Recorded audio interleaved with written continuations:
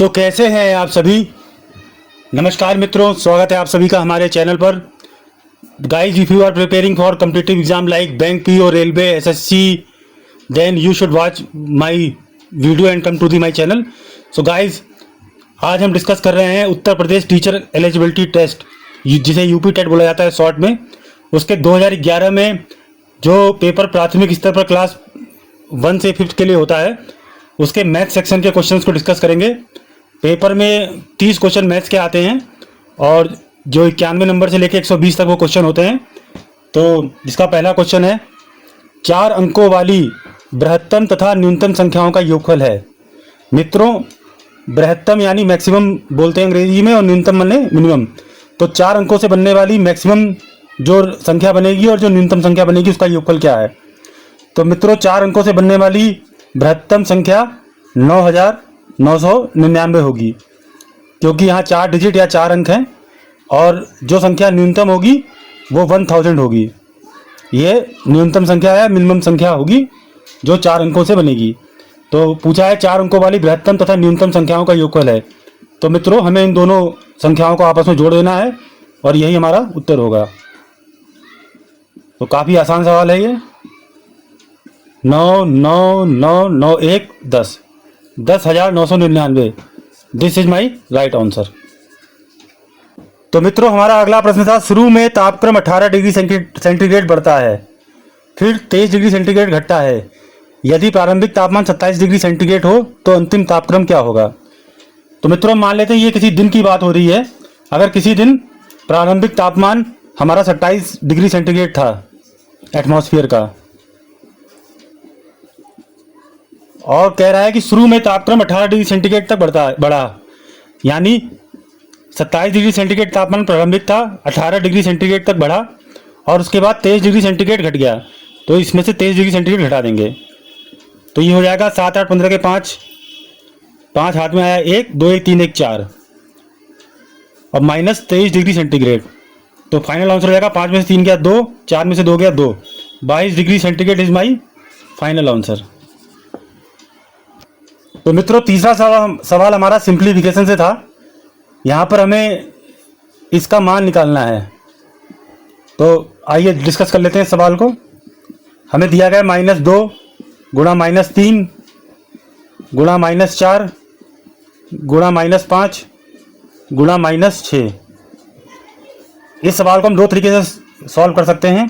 पहला ये है कि minus minus plus, plus minus minus, फिर माइनस माइनस प्लस और प्लस माइनस माइनस, यानी अंतिम में माइनस का चिन्ह आ जाएगा। और 2 3 6 चौक 24 पंजे 120 छंगा 720। तो माफ़ी चाहूँगा, ये माइनस चिन्ह यहाँ नहीं आएगा। ये 2 3 6 चौक 24 पंजे 120 छंगे 720। तो फाइनल आंसर हमारा हो जाएगा माइनस का 720। इसको एक तरीका और है सॉल्व करने का। ये जो हमें दिया गया है, यहाँ से हम -1 कॉमन ले लेंगे। तो हो जाएगा 2 गुणा 3 गुणा 4 गुणा 5 गुणा 6। तो -1 ऐसे टिक आ जाएगा, और ये गुणा कर लेंगे तो 2 3 6 6 चौक 24 पंजे 120 छंगा 720। तो -720 आंसर हो जाएगा। प्रोसेस दोनों सेम ही है, इसको थोड़ी आसानी से किया जा सकता है। तो मित्रों, हमारा नेक्स्ट सवाल था, 8 किलोग्राम 350 ग्राम से 3 किलोग्राम 178 ग्राम को घटाइए। तो मित्रों, 8 किलोग्राम 350 ग्राम को हम 8.350 किलोग्राम भी लिख सकते हैं। ऐसे ही 3 किलोग्राम 178 ग्राम को 3 किलोग्राम 3.178, वैसे इसको 3.178 पढ़ा जाएगा, किलोग्राम भी लिख सकते हैं। अब इसको डायरेक्ट घटा दीजिए। 10 में से 8 गया 2, 14 में से 7 गया 7, 2 में से 1 गया 1, और 8 में से 3 गया 5। तो उत्तर ये भी हो जाएगा। साथ ही इसको हम लिख सकते हैं 5 किलोग्राम 172 ग्राम, 5 किलोग्राम 172 ग्राम, क्योंकि विकल्प में हमारा इसी तरीके से दिया हुआ था। तो ये हमारा फाइनल आंसर है 5 किलोग्राम 172 ग्राम, या 5.172 किलोग्राम।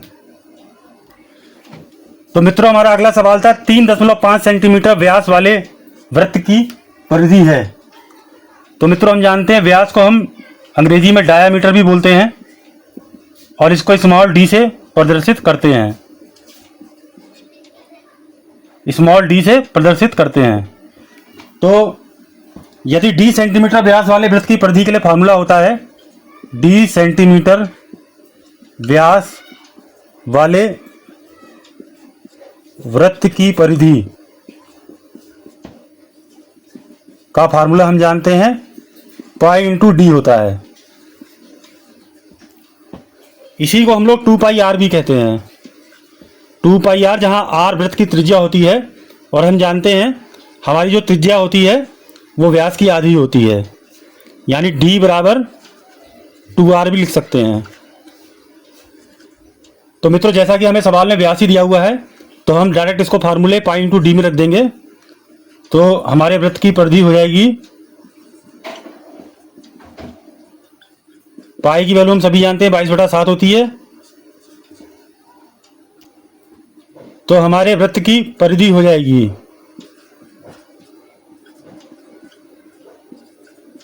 पाई हमारा 22/7 और व्यास दिया है 3.5 सेंटीमीटर। ये नीचे 10 आ जाएगा, 7 पंजे 35, 22 पंजे 110 और बटा 10। तो हमारा फाइनल उत्तर हो जाएगा 11 सेंटीमीटर। मित्रों, हमारा अगला सवाल था संक्रिया। हमें एक संक्रिया दी हुई थी ब्रैकेट में 9 + 7 भागे 4 × 5। इसका आंसर क्या होगा? तो यहाँ पर हम बॉडमॉस का फार्मूला लगाएंगे। बॉडमॉस के हिसाब से पहले ब्रैकेट को सिंप्लीफाई करेंगे, उसके बाद ऑफ अगर दिया हुआ है तो ऑफ, फिर डिवीजन यानी भाग को, और उसके बाद मल्टीप्लिकेशन। तो क्वेश्चन हमारा है 9 + 7 भागे 4 × 5। तो ब्रैकेट पहले सॉल्व होगा तो 9 + 7 16 भागे 4 × 5। अब ब्रैकेट के बाद हमारा ऑफ होता है, ऑफ तो यहाँ है नहीं, फिर डिवीजन, तो डिवीजन में नहीं 4 है, तो 16/4 × 5। तो 4 चौक 16 और 4 पंजे 20। सो 20 इज द फाइनल आंसर। मित्रों, हमारा अगला सवाल था भिन्न को आरोही क्रम में सजाने का विन्यास है। हमें 4 भिन्न दी गई हैं, 3/8, 5/6, 2/3 और 5/9। तो हमारा आरोही क्रम क्या होता है? सबसे छोटी भिन्न सबसे पहले और सबसे बड़ी भिन्न सबसे लास्ट में। तो पहले हम क्या करेंगे, इन भिन्नों का दशमलव मान निकाल लेंगे। तो 3/8 इसका दशमलव मान होगा, दशमलव मान मतलब हमें 8 से 3 को भाग दे देंगे, जो कि आएगा 0.375। यह आप भाग दे के देख लेंगे तब आपको मिलेगा। 5/6 का दशमलव मान ये हमारा आएगा 0.833। ऐसे ही 2/3 का दशमलव मान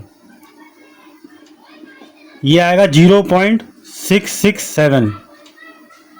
ऐसे ही 5/9 का दशमलव मान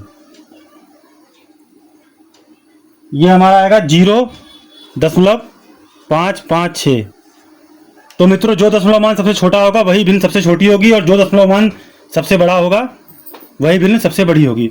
तो जैसा कि क्लियर है, 0.375 सबसे छोटा है, तो 3.8 जो भिन्न हमारी सबसे छोटी होगी। तो सबसे पहले 3/8 आ जाएगी।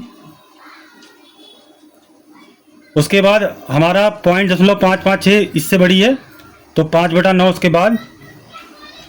उसके बाद 0.667, तो 2/3, और सबसे बड़ी भिन्न हमारी 0.833 है, जो कि 5/6। तो यही हमारा आरोही क्रम होगा। और जैसा कि ऑप्शन सी में 3/8, 5/9, 2/3, 5/6, तो हमारा option C is the right answer. मित्रों, हमारा अगला सवाल था मार्टिन के पास कुछ मार्बल हैं। मार्टिन एक व्यक्ति है जिसके पास कुछ मार्बल हैं, उसमें से उसने 14 मार्बल खो दिए, फिर भी उसके पास 6 मार्बल रह गए। तो आरंभ में उसके पास कितने मार्बल थे? तो मित्रों, माना आरंभ में उसके पास x मार्बल थे। आरंभ में मार्टिन के पास x मार्बल थे। x मार्बल थे। तो x मार्बल थे जिसमें से उसने 14 खो दिए, यानी 14 मार्बल उससे खो गए। तो x - 14, तो बचे मार्बल हमारे पास 6 हैं। यानी अंत में जो उसके पास जो मार्बल थे x = 14 + 6, यानी कि 20। यानी आरंभ में मार्टिन के पास 20 मार्बल थे। अब आप इसको ऐसे भी दे सकते हैं, उसके पास 20 मार्बल थे, 20 में से उसने 14 मार्बल कहीं खुबा दिए, तो 20 माइनस 14, तो उसके बाद 6 मार्बल बचे। सो 20 इज द राइट आंसर। मित्रों अगला सवाल हमारा है, सरल कीजिए, हमें इसका मान बताना है। यहाँ भी हम बॉटम हाउस को लगाएंगे। बॉटम हाउस मतलब पहले ब्रैकेट के अंदर की चीज़ को सॉल्व करेंगे, फिर डिवीजन, और आखिरी में हमारा एडिशन आएगा। तो इसको हम लिख सकते हैं 1/3 प्लस 7/9 भागे 7/10। ये हमारी मिश्र भिन्न है, इसको नॉर्मल भिन्न में कन्वर्ट कर लेंगे तो 4 एकम 4 और 4 + 1 5, तो 5/4। ये हमारा आ जाएगा 1/3 प्लस 7/9 भागे, ये 5 इस 2 से काट जाएगा, 5 दूनी 10, तो ये आंसर हो जाएगा 7/8।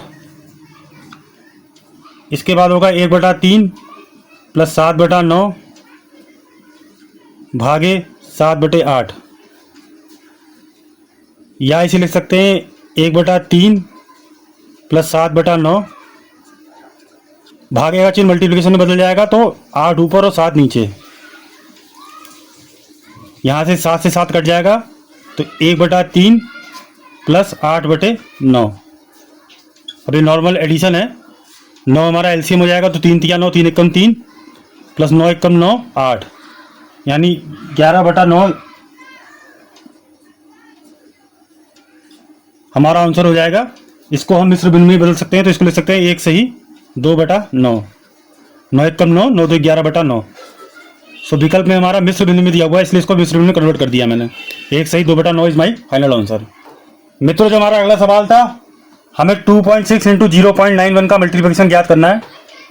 तो 2.6 × 0.91, इसको ले सकते हैं 2.6 × 0.91। यहाँ से मैं 10 हटाऊंगा तो नीचे 10 आ जाएगा, और यहाँ से 10 हटाऊंगा तो 100 आ जाएगा। तो 26 × 91, ये हमारा आ जाएगा 100 में 1000। अब 26 × 91 को अगर हम गुणा करेंगे तो आएगा 2366, और भागे में 1000। ये 3 जीरो हम हटाएंगे तो 3 डिजिट के बाद दशमलव आ जाएगा, तो 2.366। This is my final answer. अगला सवाल है हमारा, √64 माइनस क्यूब √64 का मान ज्ञात करिए। तो √64 माइनस क्यूब √64, हम जानते हैं 64 का वर्गमूल होता है 8, और क्यूब √64 होगा 4। सो आंसर है 4। देखिए भाई, क्यूब √64 यानी कि क्यूब 4 × 4 × 4, 4 चौक 16, चौका 64, इसलिए आंसर 4 हो जाएगा। और 64, अब यहाँ कोई चिन्ह नहीं है, तो इसका मतलब होता है ये वर्गमूल निकालना है, यानी यहाँ पर 2 है। इसका मतलब होता है कि यहाँ पर 2 है, तो 8 × 8, 8 8 64, तो यहाँ से 8 हो गया। तो ये 8 और -4, ये 4 मेरा आंसर हो गया। सो 4 इज माई राइट आंसर। तो मित्रों हमारा अगला सवाल है, -0.008 का घनमूल क्या है, यानी मुझे इसका क्यूब रूट निकालना है। तो इसको हम लिख सकते हैं क्यूब रूट 0.008, या फिर इसे लिख सकते हैं हम क्यूब, माइनस के चिन्ह को मैं ब्रैकेट में कर लेता हूँ, और ये है मेरा 0.008। फिर क्यूब रूट का चिन्ह बनाऊंगा माइनस। अब इस दशमलव को मैं जब नीचे हटाऊंगा तो मेरा नीचे 1000 आ जाएगा, 1 के बाद 3 जीरो, और ये मेरा 8 हो जाएगा। ये -1, 8 को मैं लिख सकता हूँ 2 दूनी 4 दूनी 8, और 1000 को लिख सकता हूँ 10 दहा में 100 दहा में 1000। तो ये मेरा माइनस का चिन्ह बाहर, और क्योंकि 3 बार 2 है तो 2 मेरा बाहर आ जाएगा, और यहाँ से 10 बाहर आ जाएगा। तो मेरा फाइनल आंसर आएगा -0.2 इज माई राइट आंसर। तो अगला क्वेश्चन है मित्रों, 496 योग 318 का निकटतम सैकड़ा में मान क्या है। तो मित्रों इस सवाल में 496 प्लस 318 नहीं पूछा है, अभी तो पूछा है कि 496 प्लस 318 का जो योग आएगा वो अपने निकटतम सैकड़े में उसका मान क्या होगा। तो 496 प्लस 318, पहले इसको एडअप कर देंगे। 8 से 14 के 4 हाथ में आए 1, 9 1 10 11 के हाथ में आए 1, 4 3 7 और 1 8, ये हमारा आएगा 814। हमारे विकल्प में 814 है, लेकिन 814 सही उत्तर नहीं होगा। हमें अब तो इसको निकटतम सैकड़े का मान बताना है, तो 814 का निकटतम सैकड़ा जो होगा वो 800 होगा। So option B is my right, option B is my right answer, right answer. 7 का मान बताइए। तो ये भी काफ़ी आसान सवाल है। 4 माइनस 1/7, 7 हमारा नीचे आ जाएगा एलसीएम में। 1 सत्ते 7, 7 चौक 28, माइनस 7 एकम 7 एकम 1, यानी 27/7। इस 27/7 को मैं मिश्र भिन्न में बदल लूँगा तो 3 सही 6/7, 7 या 21, 6 27/7। क्योंकि मेरा ऑप्शन में मिश्र भिन्न में दिया हुआ है, तो 3 सही 6/7 is my right answer, is right answer.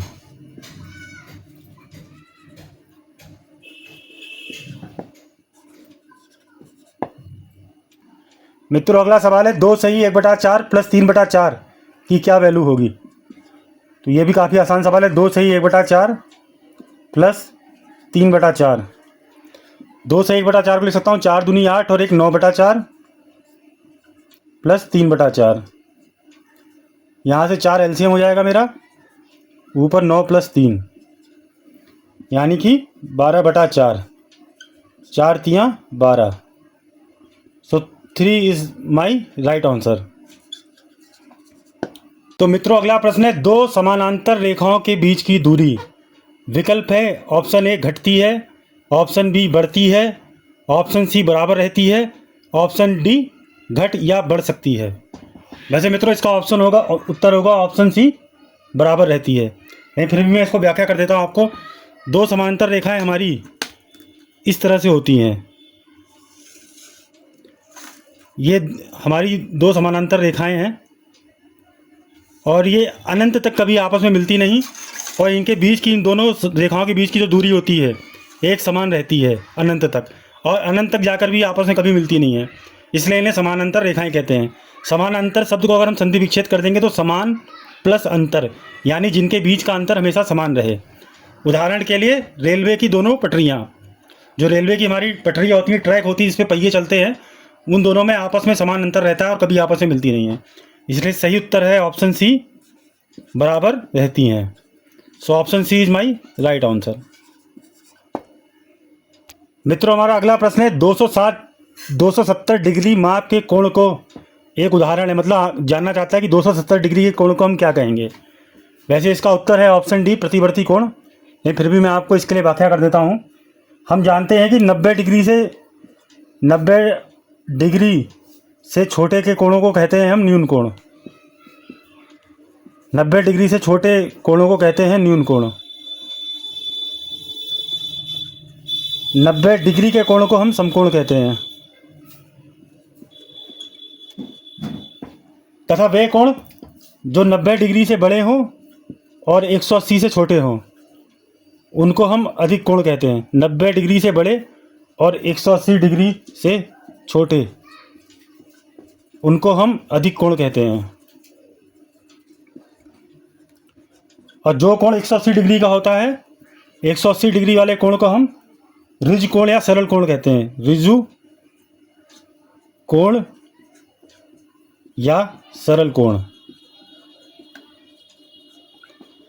और वे कोण जो 180 डिग्री से बड़े होते हैं उनको हम वृहत कोण या प्रतिवर्ती कोण कहते हैं। तो जैसा कि हम देख रहे हैं 270 डिग्री मेरा 180 डिग्री से बड़ा है, इसलिए इसको प्रतिवर्ती कोण या वृहत कोण भी कहा जाता है। तो हमारा उत्तर है ऑप्शन डी प्रतिवर्ती कोण। मित्रों अगला प्रश्न है 160 और 144 का लघुत्तम समापवर्त्य या एलसीएम क्या होगा। तो इस सवाल को हम कन्वेंशनल अप्रोच से लगाएंगे। हमें 108 और 144 का लघुत्तम समापवर्त ज्ञात करना है। तो पहले 2 ले लूँगा मैं, तो 2 चौगुन दूनी 108 और 2 सत्ते 14, 2 दूनी 44, 72 दूनी 144 और चौगुन दूनी 108। फिर मैं 2 ले लूँगा, तो 27 दूनी 54 और 36 दूनी 72। मैं आपकी 3 ले लेता हूँ, तो 3 निम 27 और 3 बार हम 36। फिर से 3 तिया 9 और 3 चौक 12। फिर मैं 3 ले लूँगा, 3 एकम 3 और 4। फिर यहाँ से 2 ले लेता हूँ, तो 2 1 रह जाएगा, 2 दूनी 4 और फिर 2। तो मेरा उत्तर हो जाएगा 2 दूनी 4 तिया 12 तिया 36 तिया 108। 108 और इंटू 4, 108 इंटू 4, 4 अट्ठे 32 के 2, हाथ में 3, 4 जीरो के 0 और 3 और 4 एकम 4। सो 432 इज माई राइट आंसर। ये भी काफ़ी आसान सवाल था लघुत्तम समापवर्त से। मित्रों, अगला प्रश्न दिया हुआ है कि एक त्रिभुज की भुजाओं की माप 5 सेंटीमीटर, 12 सेंटीमीटर तथा 13 सेंटीमीटर है। हमें त्रिभुज का प्रकार बताना है। इस प्रश्न में हमें बताना है कि ये त्रिभुज किस तरह का त्रिभुज है, यानी कि समबाहु त्रिभुज है, समद्विबाहु त्रिभुज है, या समकोण त्रिभुज है, या फिर अधिक कोण त्रिभुज है। तो मित्रों, इस सवाल का उत्तर समकोण त्रिभुज है और इसको हम इस तरीके से सिद्ध कर सकते हैं। ये हमारा एक समकोण त्रिभुज है। हम समकोण त्रिभुज में जानते हैं ये मेरा कर्ण होता है, ये मेरा आधार होता है और ये मेरा लंब होता है। तो समकोण त्रिभुज में पाइथागोरस प्रमेय के अनुसार कर्ण का स्क्वायर, लंब का स्क्वायर प्लस आधार का स्क्वायर। यहाँ पर मेरा कर्ण जो है ये 13 सेंटीमीटर दिया हुआ है प्रश्न में, लंब मेरा 12 सेंटीमीटर है और आधार मेरा 5 सेंटीमीटर है। तो मैं क्या कर लूँगा, कर्ण का स्क्वायर यानी 13 का स्क्वायर इक्वल टू लंब मेरा 12 का स्क्वायर और आधार मेरा 5 का स्क्वायर। तो 13 का स्क्वायर 169 होता है, 12 का स्क्वायर 144 और 5 का स्क्वायर 25। तो मैं 144 और 25 को जोड़ दूंगा तो 4 5 9, 4 2 6, 169 आ गया। यानी कि ये त्रिभुज मेरा पाइथागोरस प्रमेय के अभिव्यक्ति को करता है, यानी कर्ण का स्क्वायर 169 और लंब स्क्वायर प्लस आधा स्क्वायर 169 है, इसलिए यह त्रिभुज समकोण त्रिभुज है। तो मेरा उत्तर हो जाएगा समकोण त्रिभुज। मित्रों, अगला सवाल है 9 ट्राई साइकिल में कितने पहिए होंगे। तो हम जानते हैं कि एक ट्राई साइकिल में, यह एक नियम का सवाल है, एक ट्राई साइकिल में 3 पहिए होते हैं। साइकिल में 3 पहिए होते हैं, इसलिए 9 ट्राई साइकिल में 9 गुणा 3 यानी 27 पहिए होंगे। सो 27 माई राइट आंसर।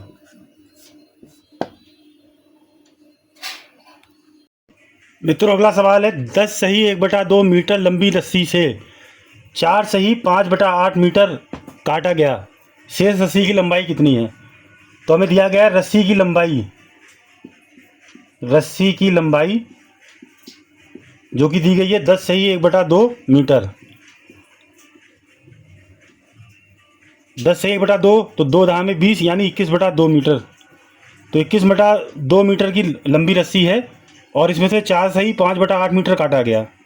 तो 4 सही 8/5, 5/8 को मैं लिख सकता हूँ 8 चौक 32, 5 37/8 मीटर। तो शेष रस्सी की लंबाई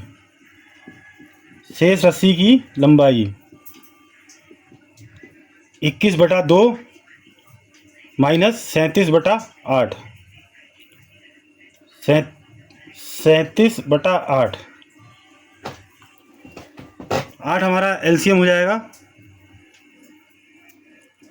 तो 2 चौक 8 और 4 21 104, सॉरी 2 चौक 8 और 21 चौका 84 माइनस 8 एकम 8 और ये 37। तो ये हमारा आ जाएगा 14 में से 7 गया 7, 7 में से 3 गया 4, 47/8।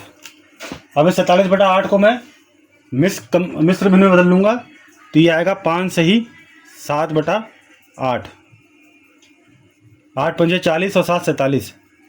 तो 5 सही 7/8 मीटर शेष रस्सी बचेगी। तो मित्रों, अगला सवाल है हमें 37.188 भागे 3.6 का मान ज्ञात करना है। तो आइए देखते हैं, ये भाग का सवाल है। 37.188 भागे 3.6 ये दशमलव घटाऊंगा तो यहाँ 10 आ जाएगा, ये दशमलव घटाऊंगा तो यहाँ 1000 आ जाएगा। 12 से भाग देंगे तो 12 तियाँ 36 और 37 188 को 12 से भाग देंगे तो आएगा 3099। तो 3099 बटा 3 और इस 0 से एक 0 कट जाएगा तो नीचे 100 आ जाएगा। 3099 को 3 से भाग दूंगा तो 3 एकम 3 0 33 बटा 100। तो चूँकि यहाँ 2 जीरो है तो 2 जीरो पर दशमलव आ जाएगा तो 10.33 इज माई राइट आंसर। तो सिंपल भाग का सवाल था ये मित्रों। तो मित्रों अगला सवाल है 999 तथा 3000 के बीच 4 अंकों वाली कितनी संख्याएं हैं। तो मित्रों 999 से 3000 के बीच, अब जानते हैं 999 के बाद जस्ट बाद 1000 आएगा तो 1000 हमारी 4 अंकों की है और 3000 से पहले 2999 4 अंकों की संख्या हो गई। यानी 1000 और 999 को इंक्लूड करते हुए इनके बीच में कितनी संख्याएं हैं। तो मित्रों ये तो हम गिनने बैठेंगे नहीं एग्जाम में एक एक की 1000 1001 1002 1003 1004। तो इस क्वेश्चन को हम एक ट्रिक जो समांतर श्रेणी होता है उससे सॉल्व करेंगे। जैसे मेरी 1000 हो जाएगा पहला पद, दूसरी संख्या 1001 हो जाएगी, तीसरी 1002 हो जाएगी और डैश डैश डैश अंतिम संख्या है 2999।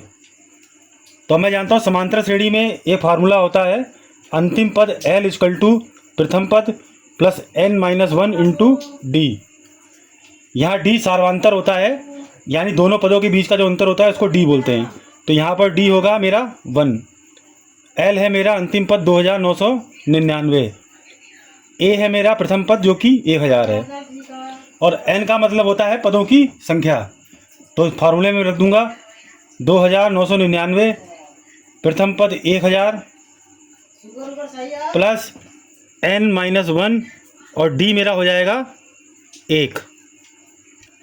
तो ये हो जाएगा 2999 1000 प्लस n-1, यानी यहाँ से n आ जाएगा मेरा 2999 माइनस 999 जो कि हो जाएगा 2000। यानी 999 से 3000 के बीच जो पदों की 4 अंकों वाली संख्याएं होंगी वो 2000 होंगी। सो 2000 इज माई राइट आंसर। मित्रों अगला सवाल है बिना कोई शेषफल के निम्न में से कौन सी संख्या 9361 को विभाजित करती है। मतलब यह जानना ये चाह रहा है कि अगर 9361 को किसी संख्या से विभाजित करें तो वो पूरा का पूरा कट जाए, यानी शेषफल कोई भी ना बचे। तो मित्रों हमें यहाँ डिविजिबल रूल पता होना चाहिए। जैसे कि कोई संख्या 2 से कब कटती है पूरा, 3 से कब पूरा कटती है, कोई शेषफल ना बचे, 4 से कोई पूरा कब कटती है, यह डिविजिबल रूल हमको पता होना चाहिए। तो मित्रों जैसे हम जान रहे हैं संख्या है 9361।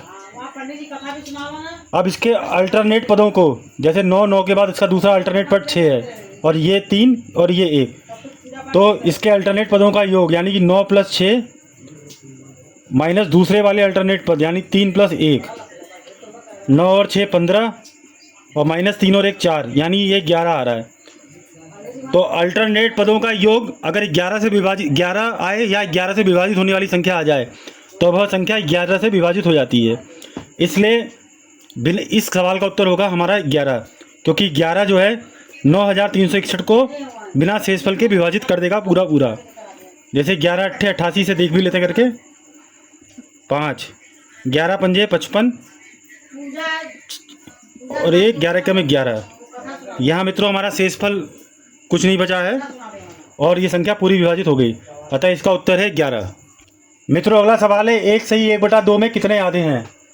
तो मित्रों बेसिकली हमें करना क्या है कि इन जो ये संख्या दी गई है 1 सही 1/2 इसका आधा करना है, यानी 1 सही 1/2 को 1/2 से भाग देना है।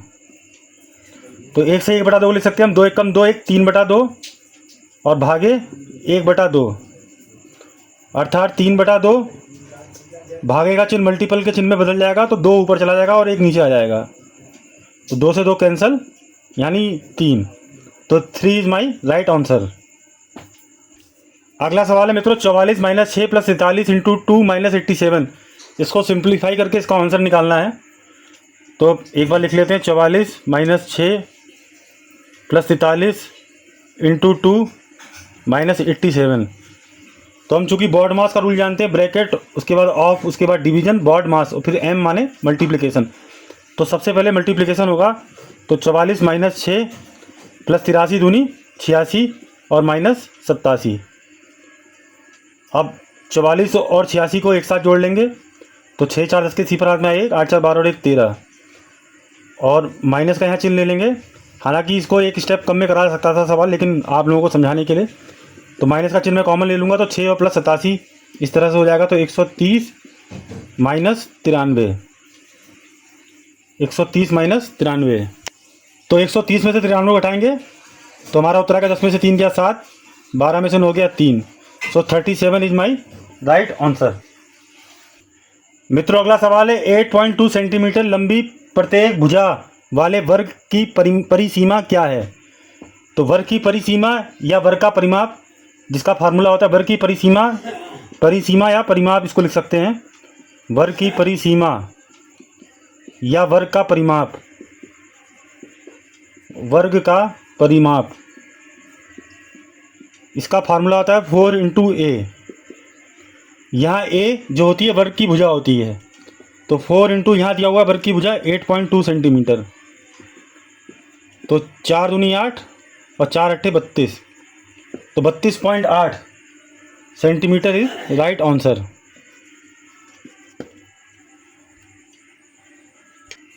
तो मित्रों अगला सवाल प्रतिशतता से पूछा गया है। एक टीन के बर्तन में 20 लीटर पेट्रोल है। मान लीजिए मेरी ये टीन है और इसमें मान लीजिए 20 लीटर पेट्रोल था। जो पेट्रोल की मात्रा थी इसमें 20 लीटर थी। रिसाव के कारण 3 लीटर पेट्रोल की हानि हुई। मान लीजिए टीन में कोई छेद हो गया गलती से, जिसमें से रिस के पेट्रोल बाहर निकलने लगा और जो रिसाव के कारण लगभग 3 लीटर पेट्रोल इस टीन के बर्तन से निकल गया। तो मुझे बताना है कि टीन के बर्तन में कितने प्रतिशत पेट्रोल रह गया।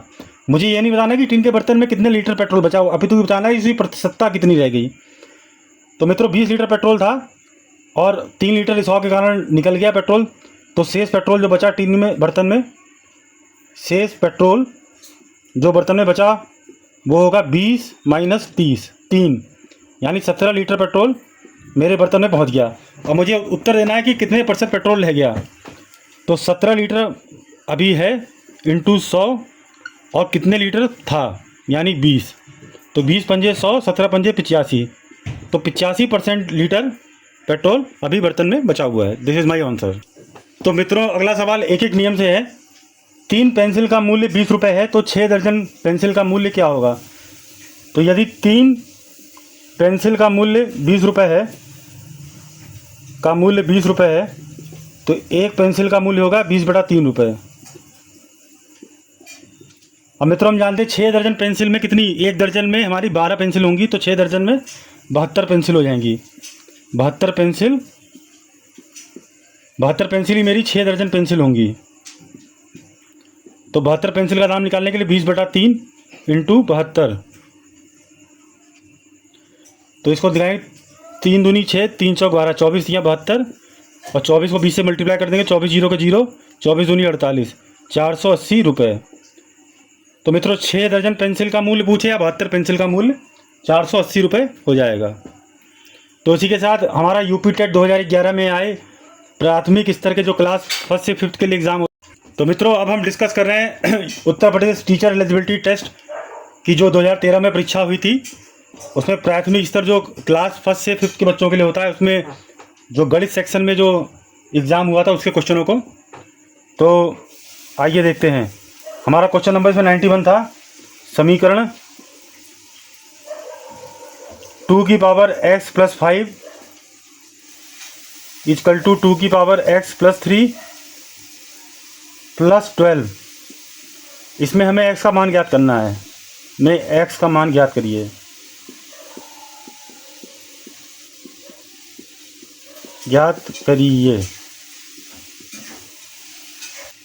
तो मित्रों इसे फिर से लिख सकते हैं। 2 की पावर x + 5 = 2 की पावर x + 3 + 12। अब इसकी पावर x इंटू 2 की पावर 3 प्लस 12। अब 2 की पावर x इंटू 2 की पावर 5, इस पद को मैं इधर ले आऊँगा तो माइनस का चिन्ह आ जाएगा। 2 की पावर x इंटू 2 की पावर 3 इज इक्वल टू 12। यहाँ से मेरा तो यहाँ से 2 की पावर x कॉमन हो जाएगा मेरा, तो बचेगा 2 की पावर 5 माइनस 2 की पावर 3 इक्वल टू 12। तो 2 की पावर x 2 की पावर 5 हो जाएगा 32 और 2 क्यूब हो जाएगा 8 इक्वल टू 12। तो 2 की पावर x इसका डिफरेंस आ जाएगा 24 इक्वल टू 12। तो 2 की पावर x हो जाएगा मेरा 12/24 जो कि हो जाएगा 1/2। तो 2 की पावर x हो जाएगा 2 की पावर 1/2 को 2 की पावर -1 लिख सकता हूँ, इसलिए x बराबर हो जाएगा -1। This is my right answer. तो मित्रों अगला सवाल है, यदि व्यंजक x² minus 2ax plus a square को x प्लस a से भाग दिया जाता है तो शेषफल 4 बचता है, तो a का मान क्या होगा। तो शेषफल प्रमेय से व्यंजक में हम x plus a equal to 0, x equal to minus a की x बराबर -a व्यंजक में रखकर देखेंगे तो हमारा शेषफल 4 बचना चाहिए। तो व्यंजक है हमारा x² minus 2ax plus a square equal to 4 जो कि हमारा शेषफल है। तो x की जगह -a का स्क्वायर माइनस का 2a, x की जगह -a plus a square equal to 4, -a का होल स्क्वायर a स्क्वायर, ये minus minus plus 2a square और plus a square equal to 4। तो ये जाएगा 4a square is equal to 4 या a स्क्वायर इक्वल टू 1, इसलिए a की value मेरी आ जाएगी +-1। तो मित्रों हमारी वैल्यू आ गई a की, a इक्वल टू +-1। अब चाहूँ तो मैं इसको a की वैल्यू प्लस या -1 रखकर और x प्लस a से भाग देकर देख लेता हूँ। तो x प्लस a हमारा हो जाएगा, मान लीजिए मैंने a इक्वल टू 1 ले लिया, तो x plus 1 x square minus a की वैल्यू मैंने 1 ली है तो 2x और प्लस a स्क्वायर 1, इसको मैं भाग देखे दूंगा तो 4 आना चाहिए। तो यहाँ मैं x से कर दूंगा मल्टीप्लाई, तो x स्क्वायर प्लस x ये हो जाएगा माइनस माइनस, ये x स्क्वायर से माइनस स्क्वायर कट जाएगा, ये मेरा -3x और प्लस ये 1 आ जाएगा। अब मैं -3 से गुणा कर दूंगा तो -3x -3, इसको फिर घटाऊंगा तो ये प्लस का चिन्ह, यहाँ प्लस का चिन्ह, ये 3x और ये प्लस ये कैंसिल आउट हो जाएगा और ये बचेगा मेरा 3 और 1 4। तो ये मेरा शेषफल 4 बच गया। इसी तरह से मैं a की वैल्यू -1 रख के देख लेता हूँ एक बार, तो मेरा हो जाएगा x -1 एक्स स्क्वायर। अब मुझे a की वैल्यू -1 रखनी है तो ये माइनस प्लस 2x और ये प्लस a स्क्वायर है तो ये +1 ही रहेगा। तो फिर से x से मल्टीप्लाई करूँगा तो x स्क्वायर माइनस x, ये मेरा माइनस ये प्लस ये कैंसल आउट हो जाएगा, ये मेरा 3x हो जाएगा, 3x प्लस 1। अब मैं यहाँ 3 से गुणा कर दूंगा तो 3x माइनस 3, ये मेरा माइनस का चिन्ह, यहाँ प्लस का चिन्ह, 3x से 3x कैंसल आउट और ये 3 और 1 4, तो पुनः मेरा शेषफल 4 बच गया। तो इससे सिद्ध होता है, इसलिए मेरी जो a की वैल्यू है वो +-1। This is my right answer. मित्रों हमारा अगला सवाल है 1 + 2 + 3 प्लस डैश 10 तक -50 का मान क्या होगा। तो मित्रों इस सवाल में 1 + 2 + 3 अप टू 10 -50, अब ये 1 से लेके 10 तक ये हमारी अर्थमेटिक सीरीज बन गई और इसके लिए हम फार्मूला लगा लेंगे। प्रथम n धन पूर्णांकों का योग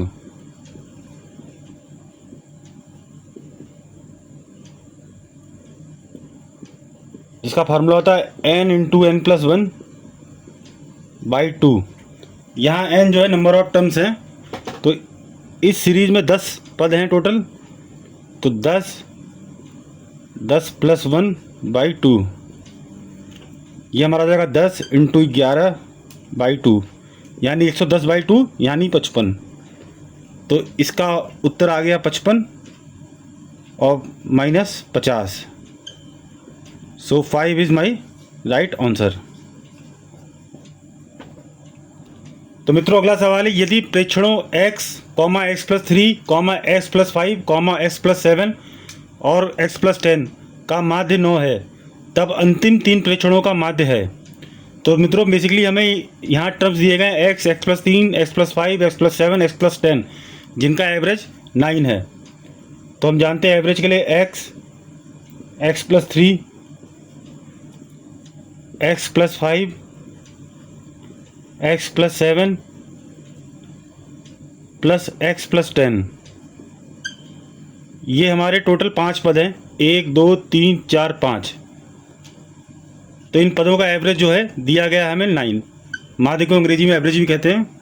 तो यहाँ से हम x की वैल्यू फाइंड आउट कर लेंगे। तो 1 2 3 4 5, 5x प्लस 3 5 8 7 15 10 25 बटा 5 इक्वल टू 9, या फिर 5 से यहाँ डिवाइड कर दूंगा तो x प्लस 5 इक्वल टू 9, इसलिए x इक्वल टू मेरा 4 आ जाएगा। तो हमने x की वैल्यू ज्ञात कर ली है जो कि 4 है।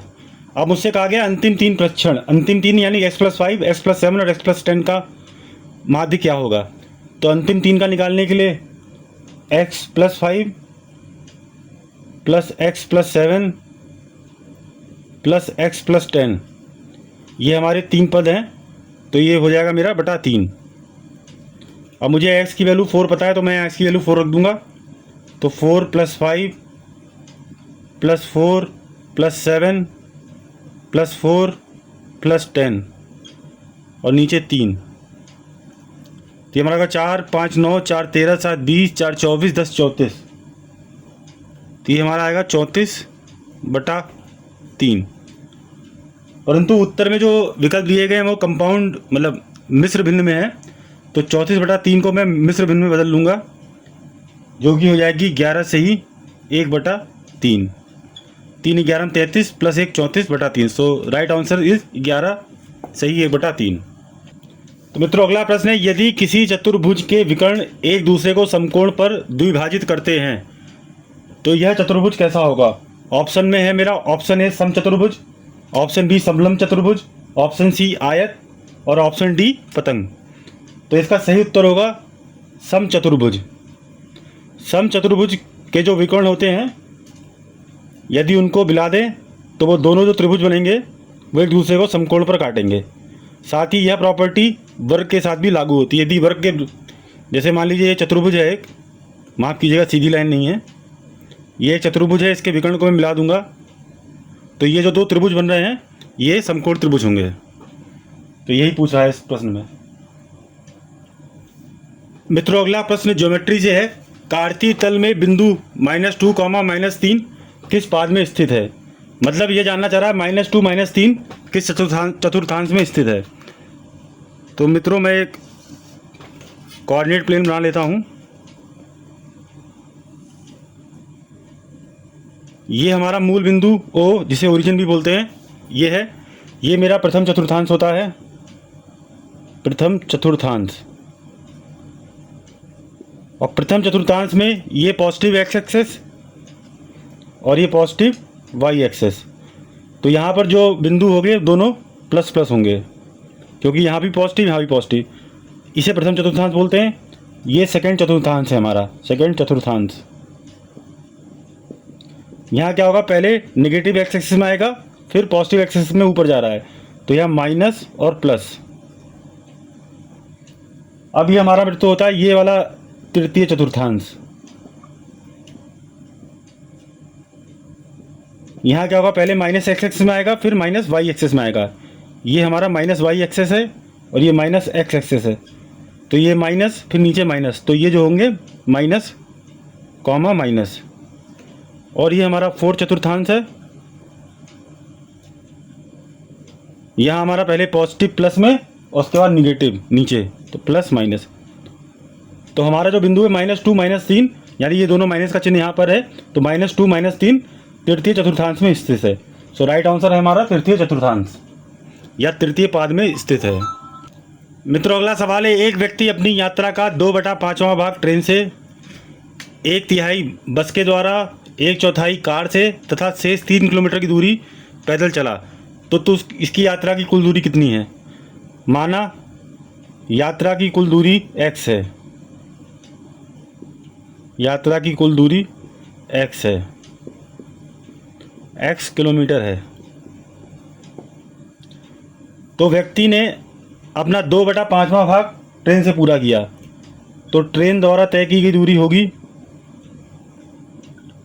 तय की गई दूरी यानी x का 2/5वां भाग यानी 2x/5। बस द्वारा तय की गई दूरी जो है कुल दूरी का 1/3 हिस्सा यानी x/3,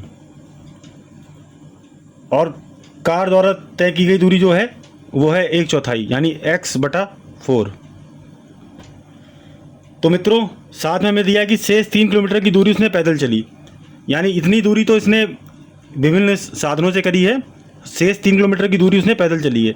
तो मुझे अगर पैदल चली हुई दूरी ज्ञात करनी हो, पैदल चली हुई दूरी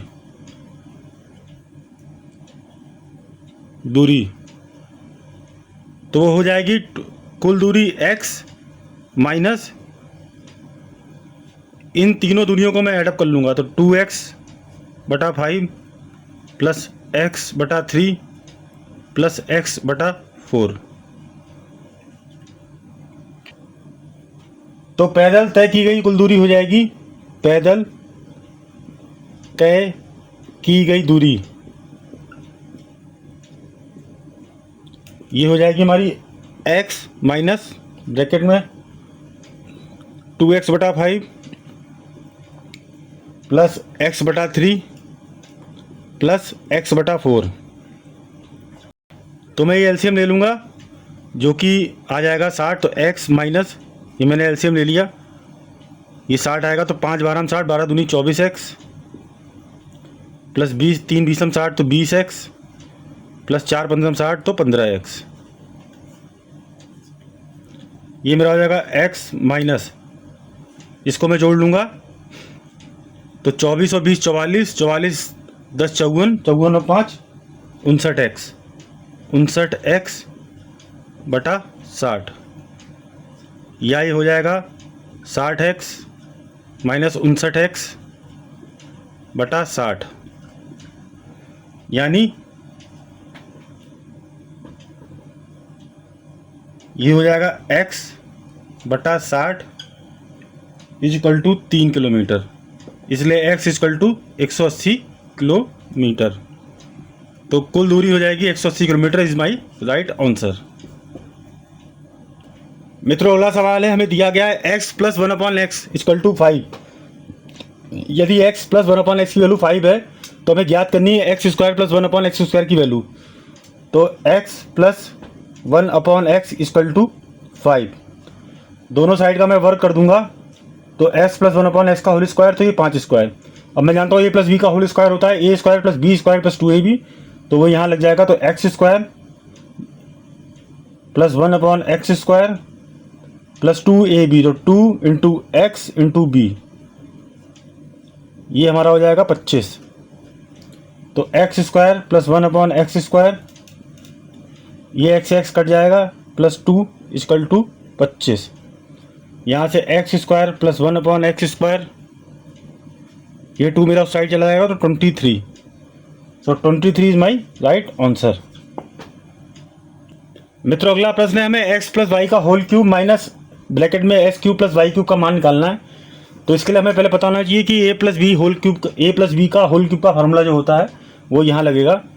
तो इसको लिख सकते हैं हम x प्लस वाई का होल क्यूब मतलब x³ plus y³ plus 3xy और ब्रैकेट में x प्लस वाई, यहाँ आ जाएगा माइनस x³ माइनस y³। सो x³ से x³ कैंसिल आउट, y³ से y³ कैंसिल आउट, तो ये तो आ जाएगा हमारा 3xy ब्रैकेट में x प्लस y. This is my right answer. तो मित्रों अगला सवाल है, root 248 plus root 52 plus root 144 का मान क्या होगा। तो मित्रों इसको देख लेते हैं। हम जानते हैं 144 की रूट वैल्यू आती है 12, तो 248 प्लस रूट 52, तो ये रूट से बाहर आएगा तो यहाँ 12 आ जाएगा। अब अगला स्टेप, रूट 248 प्लस रूट में 52 और 12 एड हो जाएगा 2 2 4 5 1 6। तो हम जानते हैं रूट 64 की वैल्यू 8 होती है, तो 248 प्लस 8 जो कि आएगी 256। और हम सभी जानते हैं रूट 256 की वैल्यू 16 होती है, तो 16 इज़ माई राइट आंसर। तो मित्रों अभी हम वीडियो यहीं समाप्त कर रहे हैं क्योंकि काफ़ी लंबा वीडियो हो गया है। तो शेष जो 20 सवाल हैं वो अगले वीडियो में डिस्कस कर लेंगे। बहुत बहुत धन्यवाद।